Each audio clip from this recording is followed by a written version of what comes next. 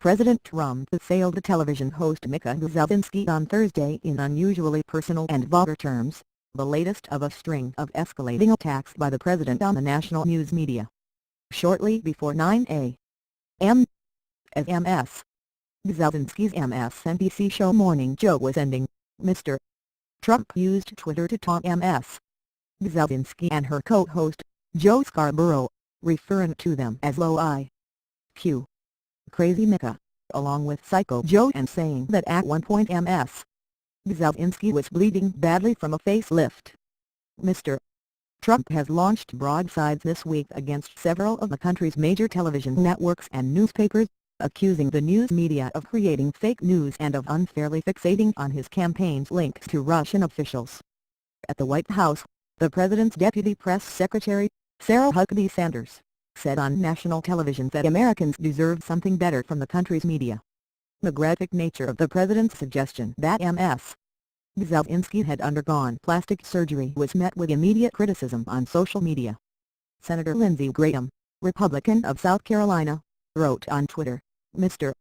President, your tweet was beneath the office and represents what is wrong with American politics, not the greatness of America." And a spokesman for NBC News, Mark Kornblau, wrote on Twitter, "Never imagined a day when I would think to myself, it is beneath my dignity to respond to the President of the United States." Ms. Sanders, in an interview on Fox News, defended Mr. Trump's tweets.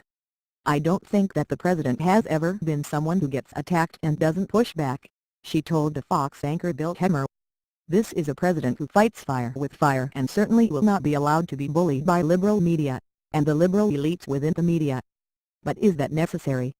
Mr. Hemmer asked, referring to the graphic nature of Mr. Trump's remark about Ms. Brzezinski. "I think what's necessary is to push back against unnecessary attacks on the president," Ms. Sanders replied. Mr. Trump's comment on Thursday echoed a contentious remark that he made about another female television anchor, Megyn Kelly, during last year's presidential campaign.